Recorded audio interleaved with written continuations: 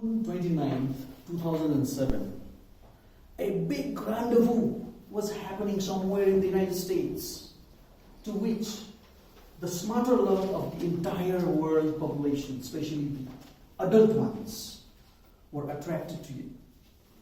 Can you guess what that was? G7 summit.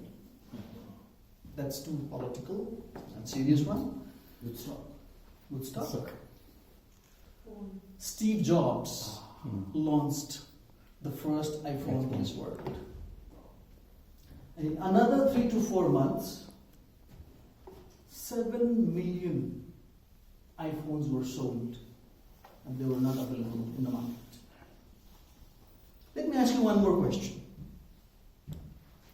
There was this game app which most of us played that could go. Can you guess that? Candy Crush? That was 2008 July. The first popular addictive app made available to public by Nokia, connecting people. Nokia chose not to follow Android while Android was on its way. HTC was the first phone to launch Android-based phone, and soon after lots of other brands including Samsung followed. Nokia chose Symbian, if you remember. Most of us had Nokia at that time. But in the next very few years, this wild race between these three, iOS exclusive to Apple, Android open to many brands, and Symbian were fighting with each other in the race of becoming sleeker and flashier and actually into the market of smartphones. Presiding officer, fellow Toastmasters, and one dear guest. If you remember right, it's not been too long. With the rampant availability of Wi-Fi and these hotspots and data, it's hardly been a decade in our country that we've started using these phones. Great cameras, and I would like to name some of these apps. Otherwise, we would go on to browser to use them. Facebook, YouTube, Instagram, and now lately, Netflix, Snapchat, TikTok. They are there all around us. And if you're like many other people, and also like me, at any given time, a person feels or wants to touch this device every 15 seconds, every 15 minutes, according to statistics. Any ordinary person uses this phone about 6 to 9 hours a day. A student, a teenager, professor, a policeman, anybody, even a kindergartner, uses it 6 to 9 hours a day. Now, ladies and gentlemen, my conviction is that this device, which is meant for something so productive, something so purposeful to help connect people to stay productive, has somehow enslaved us. And I'm going to share with you some serious implications of this device. And also, I'll share with you what I'm doing to deal with it for the last few months. Now, all these manufacturing devices, or the businesses that are bundled with it, I mean, Facebook, YouTube, and these online portals, these entertainment portals, online stores, they have one success model. Their success depends, just like that snake app, how long we and how frequently we stay on the screen. And they've done amazing researches. They've spent millions and millions of dollars and big research brains to study our brain and behavior, to hook us more and more. One, there is this thing called dopamine in our brain. Dopamine is a neurotransmitter, or simply so to say, biochemical, which is released when we're having fun, basically. And when it's released, we have pleasure, we have happiness, we have sense of relaxation. It is released when we have tea, coffee, when we are drinking wine, or any form of alcohol, when we are chatting with friends, when we are on drugs, when we are out to nature and having a lot of fun, maybe looking at the sky, and also when we are using this device. Because it fulfills our need for engagement, entertainment, and information. We're hungry of information. And it fulfills that cozy, just there, you don't need to go anywhere else, at the tip of our fingers. If it is 9 p.m. and you are thinking about preparing for your meeting tomorrow, because it's an important meeting, you need to make a presentation, and you want to get over it and go to bed at 10. And for some reason, there is a notification. Ting! Niladri Parial has posted a photo on food. Unintentionally, you are tempted to touch it. One touch, and then comes another. You scroll down, there is this comedy going on, there is this some humanistic video going on, some feministic or Ekta Kapoor or whatever going on. It is 11. You don't realize that you've been on screen. Have you been into that situation? Because of that same dopamine. Hours turn like minutes. Number 2, melatonin is another neurotransmitter or biochemical in our brain. It is that melatonin, when it is produced in the right manner, can maintain our body clock. We get to sleep in time. We wake up fresh in the morning. Now, what this device is doing to our neurotransmitters is that it's producing more and more of dopamine, making us addictive, whereas suppressing the production of melatonin, causing us to sleep less, stay less fresh. Number 3, have you ever seen when somebody is using a phone? I'm not talking about the phone, I'm talking about the eyes of that person. A normal human being blinks his or her eyes for about 10 to 12 times a minute. This way. But when somebody is really on screen, if you've looked at the eyes of that person or if you have checked on yourself, it's hardly 2 to 4 times a minute. So what it can be interpreted to mean is that we are not living a very healthy eye life. It's getting drier. And mind you, these eyes are directly connected to the brain. It is affecting not only our eyes, but also the brain. And to make matters worse, the entire lifestyle. I'm sure you either are a victim of it, or you know many people who are victims of it. People say, my back, I have a pain, my God. I can't stand for more than 20 minutes. Or if I sit down, I need a minute to get mentally prepared, get some support, and get up. Back pain. Or this neck, top of the shoulder pain. Why? I have this experience. Only about 2 years ago, I started having this pain, and that has caused me to think about it a lot deeper and harder. When I stood for about 20 minutes or more, that's what my profession needs me to do, I would get this acute, fluidish type of feeling back my waist here, towards the bottom of my leg, and also to this, what we call glove handle. And when the routine of this pain got more frequently repeated, I chose to go to a doctor. And this doctor explained, after hearing my lifestyle, Mr. Thapa, so we've got this thing called backbone. This backbone is made up of lots of bones. And between 2 bones is a spongy, spring-type tissue. And that tissue is what makes us move flexibly. And because when we use these kinds of devices, our sitting posture is never proper. Especially if you're in a coach or somewhere. You wouldn't realize your posture. So that soft tissue tends to come outward. And what that does is that presses some part of the nerve, and most of the nerves of our body are connected to the backbone. And the mind cannot directly communicate with the back or the leg or this part, and then you start having difficulty or pain. What was the solution? Some neurorelaxants pills and physiotherapy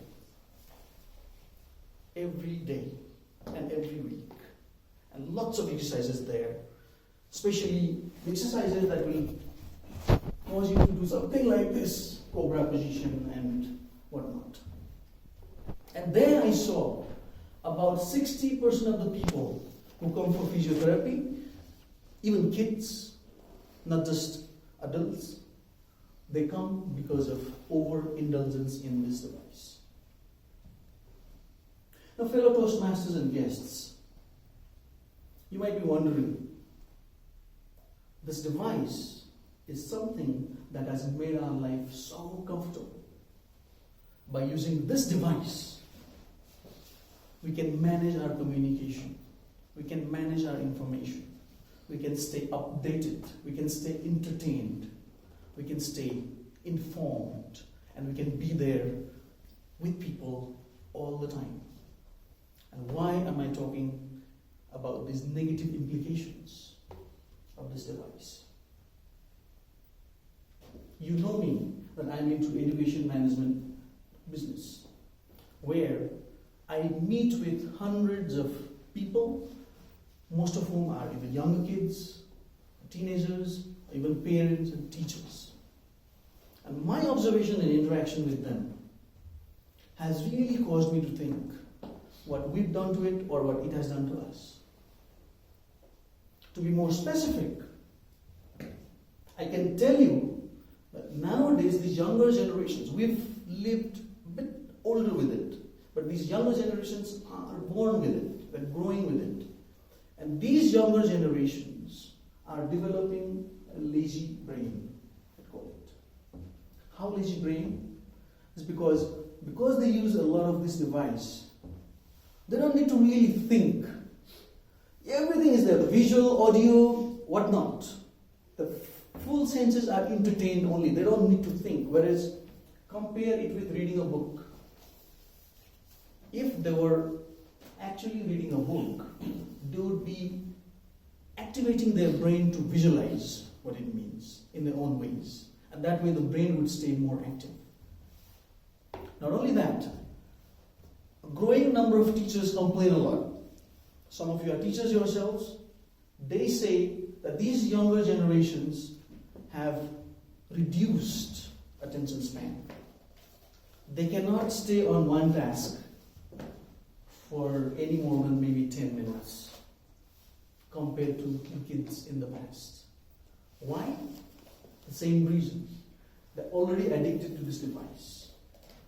The moment they reach home from school, the first thing they reach out for is this device, which is a big sign of addiction there. Again, to make matters worse, I would call it deteriorating human connections. Artificial connections are rising. It's not only younger generation, it's also us. We're in the Middle Ages now.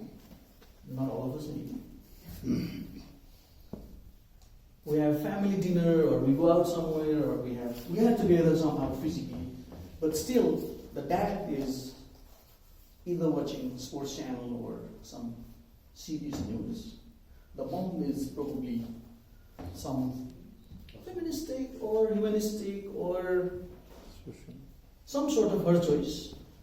And the kids are either on the games or Snapchat, because what Snapchat does, you must have used it, is that the moment you send a message and the friend reads it, the message is gone. It's deleted and it's not there in the store. Or whatever else, Netflix or whatever else.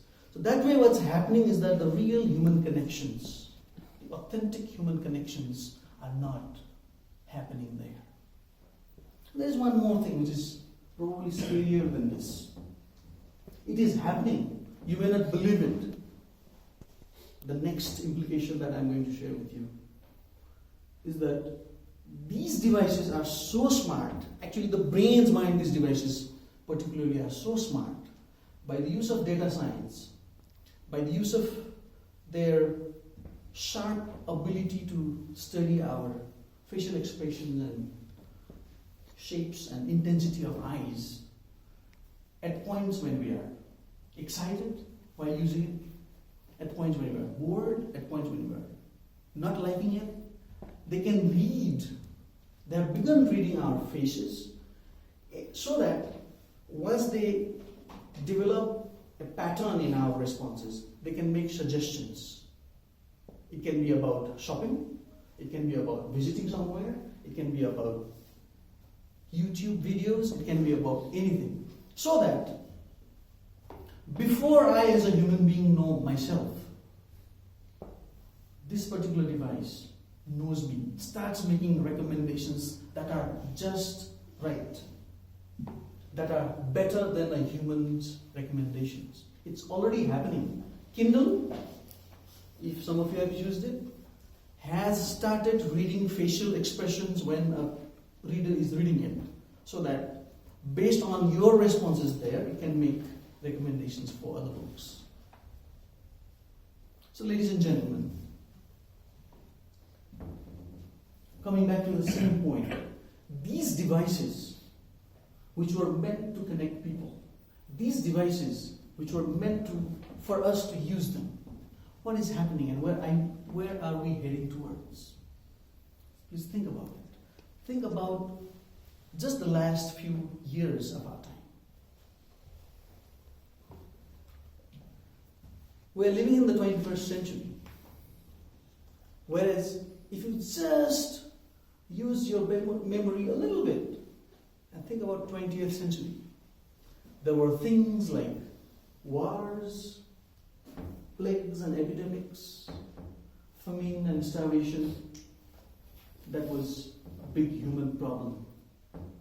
People would die without food because of war. Their lives were not that precious problem. Past this 20th century, we've had victory over most of those big human tragedies and problems. People do not die of too little food nowadays. They might die of too much of food. They do not die of war, so to say. They might die of suicide or human accidents, so to say. Now, why am I bringing this when I'm talking about these gadgets? Is that these gadgets are taking away our attention from the real cause of being a human being to some extent. As I wanted to share about how I'm responding to this situation, not for the last 2 years, but for the last about 3 months, is this. I'm happy to share with you how I'm living my life for the last 3 months. So what I'm doing these days is I carry this phone which I ordered on daraz.com, for which I paid 1,900 rupees. After I bought it, I took out the SIM of this phone. This doesn't have a SIM anymore now, and it works. It works. 3 times a day, before breakfast, before lunch, and after dinner, I use this one, for about 30 to 45 minutes. And because of this habit of mine, I have irritated maybe some of my friends here because I'm not responding to them all the time. But what's happening to me, if I'm selfish this way, is that maybe I have not responded to some of my friends then and there, but then I've had a really good quality time. I think I've stayed much more productive. I can spend time with my family better. And when I'm there with my friends, I can give value to the person who's in front of me or face to face with me than who's there. This person can wait at least a few hours a day. Now, to cut the long story short, my conviction, which I'd like to highlight one more time, is that if all of us are only after comfort and innovation, who's going to talk about this that we are already suffering from? So I not exactly want to go back to time, but want to live my life a little better. Would like to urge you and warn you that this device needs a serious checkup or needs to be used very seriously to serve us. Rest, the choice is yours. Mr. Toastmaster.